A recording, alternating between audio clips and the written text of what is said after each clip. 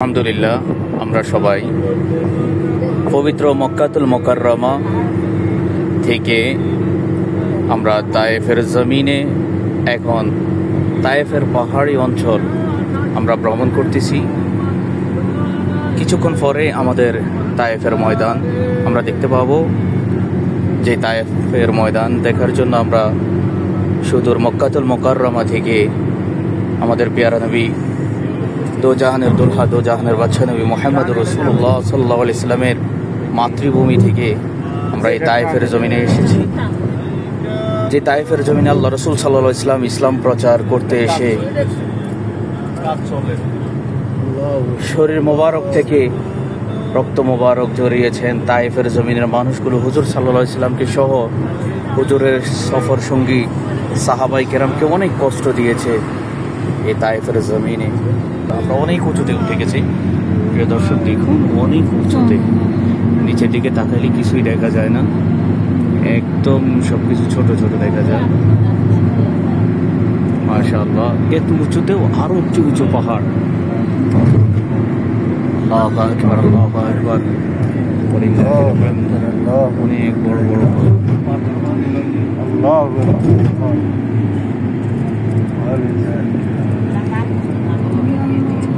যারা মক্কাতুল মুকাররমায় উমরা করার জন্য আসেন, আমি সবাইকে বলবো আপনারা একবার হলেও সুযোগ করে আপনারা তায়েফের এরিয়ার ভিতরে আসবেন। দেখবেন যে আল্লাহ তাআলা যে বলেছেন কুল সিরু ফিল আরদ ফানজুরু কাইফা কানা আকিবাতুল মুকাজ্জিবিন, আপনারা সে আল্লাহ তাআলার নিদর্শনাবলী দেখবেন।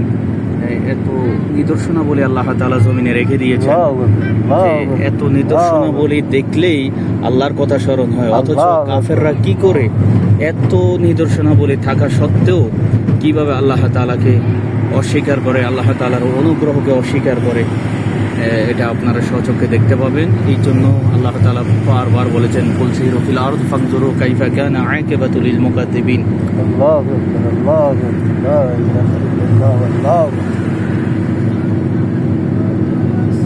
আপনারা জমিনে ভ্রমণ করলেই দেখতে পারবেন যে আল্লাহ তাআলার কত বড় নিয়ামত, কত বড় নিদর্শনাবলী। আল্লাহ তাআলা কোরআনুল কারীমের মধ্যে বলেছেন যে এই পাহাড় দিয়ে আল্লাহ তাআলা জমিনের মধ্যে ফেরেক মেরেছেন। আমরা যেমনিভাবে ঘরের মধ্যে ফেরেক মেরে আমাদের ঘরকে মজবুত করি, আমাদের ঘরের চৌকাঠকে আমরা যেভাবে ফেরেক মেরে মজবুত করি, ঠিক এমনিভাবে আল্লাহ তাআলা জমিনের মধ্যে এই পাহাড়গুলো দিয়ে জমিনকে ফেরেক মেরে দিয়েছেন, যেন জমিন উলট পালট না হয়, জমিন যেন না লড়ে, জমিন যেন মজবুত হয়ে থাকে। এই জন্য আল্লাহ তাআলা এত বড় বড় এই পাথরের পাহাড়গুলো দিয়েছেন।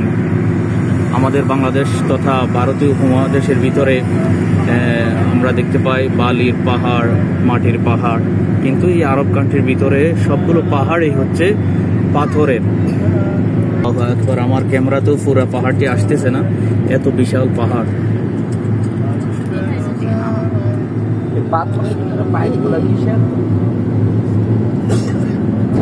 ক্যামেরা ক্যাচ করতেছে না,